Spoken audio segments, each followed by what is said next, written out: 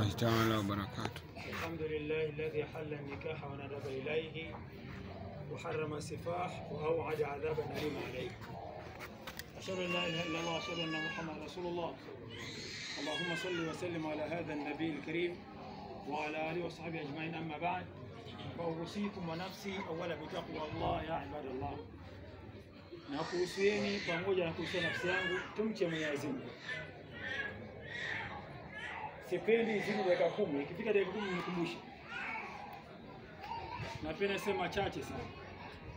Jamani, tumefika kwenye ndoa. Katika Uislamu kuna vitu viwili. Ndivyo huwa vinafanyiwa hotuba. Viwili tu. Uislamu, ukisikia hotuba katika Uislamu ni maeneo mawili tu. Tena unapokuwa kwenye hotuba, Allah anasema wa idha ra'aw tijaratan aw lahwan infaddu ilayha wa tarakuka qa'ima qul ma 'inda Allahi khairun min al-lahwi min at-tijara wallahu khairur raziqin. Na walipoona mambo ya raha, walipoona biashara, walikimbilia biashara, wakaacha hotuba. Waambie yaliyoko kwa Mwenyezi Mungu ni bora kuliko hayo wanayokimbilia. Kama waliacha hotuba wakenda, Mungu anawaambia walichoacha ni bora kuliko biashara. Ina maana hotuba ni kitu bora zaidi. Na hotuba zinakwenda maeneo mawili tu, katika salati al-Jumaa na katika ndoa. Unaweza ukaona salati al-Jumaa ilivyokuwa na uzito katika swala zote, lakini inaongozwa na hotuba. Inamaanisha kwamba hata ndoa ni kitu kizito mno, ndio maana kinaongozwa na hotuba. Nusu ya dini ni ndoa. Aliyeoa amefanya 50% ya ibada zake zote. Ina maana kama hujaoa, ukiswali rakaa 2 unaambiwa umeswali rakaa 2. Aliyeoa akiswali rakaa 2 anaambiwa ameswali rakaa 70. Dhuhuri moja na rakaa 140. Kwa nini? Ni kitu cha maana sana. Umaana wake unatokea wapi? Kwa sababu ikiwa mtu anakimbia hotuba ya Ijumaa analaumiwa, basi hata angekimbia hotuba ya ndoa analaumiwa, kwa sababu swala ni imadu dini, ni nguzo kuu ya dini. Ndoa ni nusu ya Uislamu. Kwa maana hiyo, kama una swali ambayo swala ni msingi mkuu wa dini, halafu umeoa, wewe na pepo utajiingiza, wewe na moto utajiingiza motoni mwenyewe. Yaani haiwezekani mtu aliyooa akaingia motoni. Moto anaunua mwenyewe. Kwa ningependa hawa walioana leo, cha msingi cha kwanza, kama wanaswali, ina maana wamesomesha nguzo kuu ya dini. Na wameoana, wamechukua nusu ya dini. Ahla wa sahla. Lakini nini maana ya ndoa ya Kiislamu? Ndoa ya Kiislamu ni tofauti na ndoa ya Kikristo.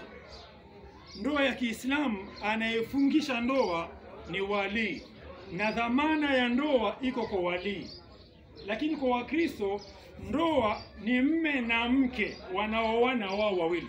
Kwa ile lugha ya kusema tu wameoana, sio Waislamu. Waislamu mke anaolewa, Wakristo wanaoana, kwa sababu nimekuoa ndio nimekubali unioe. Katikati huwa hakuna mtu wa tatu. Lakini Uislamu ndoa yao inashikwa na wali.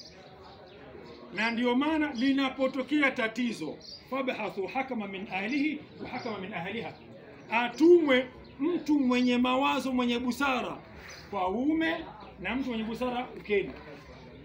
Ndoa hatuendi kwa mwenyekiti wa mtaa, la. Tafuta kwenye familia ya mke mtu mwenye busara.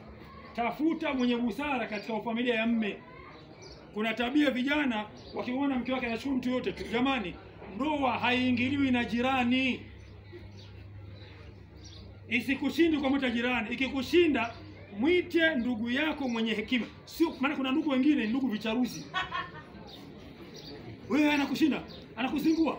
Achana naye. Huyo hana akili. Kwa sababu leo umefungwa na watu zaidi ya 100. Kesho unakasirika peke yako na mwacha peke yako. Ni sahihi kweli?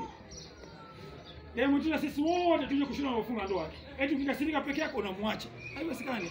Ukiona raha vizuri, siku ya kumwacha andaa sherehe kama hii, tuite, tule bwaba kama hivi, alafu mwache. Na ndio maana Uislamu unasema ukimwacha leo, unalala naye kitanda kimoja miezi mingapi?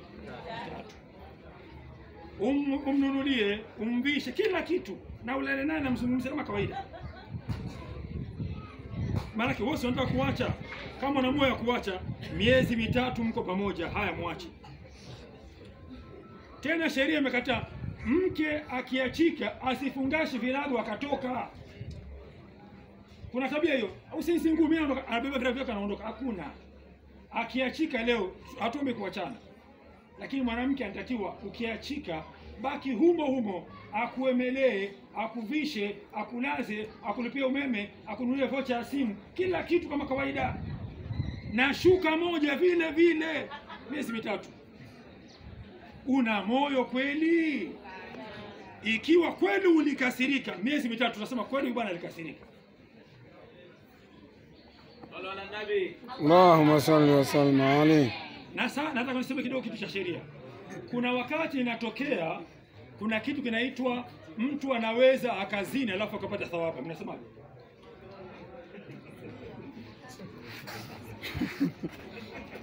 Mtu anaweza akazini akapata thawabu. Mnasemaje? Imo haimo hiyo? Haimo.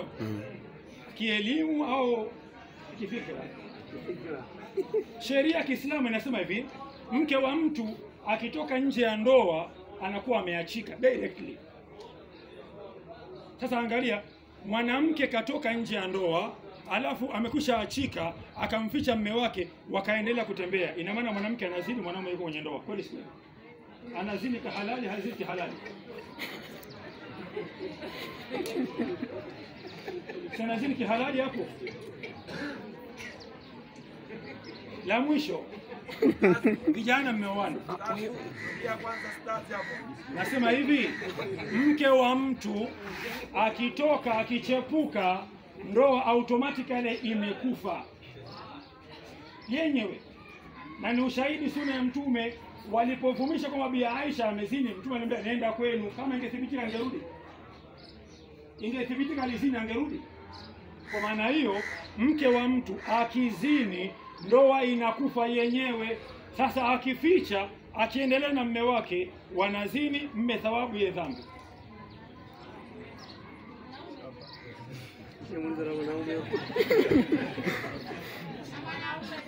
Sheria isema mwanaume, nasema msura aliolewa. Aliolewa ni nani? Mwanamke. Aliyefanya uhuni ni nani?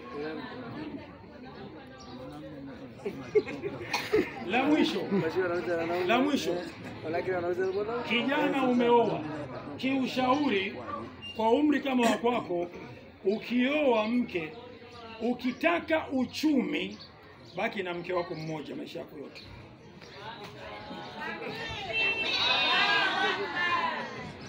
Ukitaka raha, badilisha wanawake.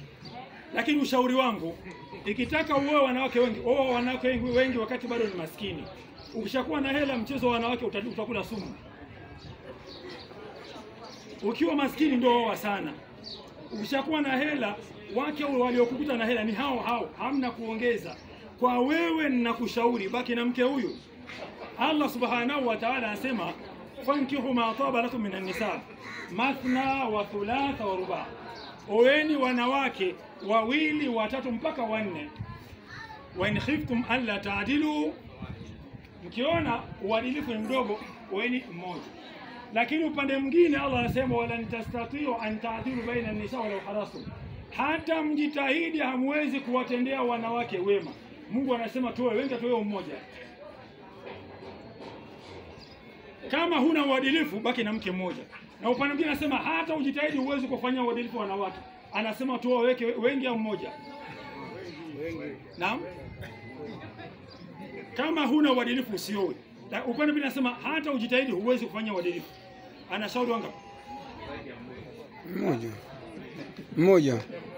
Anashauri mmoja tu. Kwa sababu ukisema mimi mwadilifu, Mungu anasema wewe uadilifu huwezi. Mungu ndiye anasema hamwezi kuwa waadilifu. Maana yake ushauri wa Mungu unasema baki na mke huyu mmoja. Lakini sheria inasema oa wake wengi.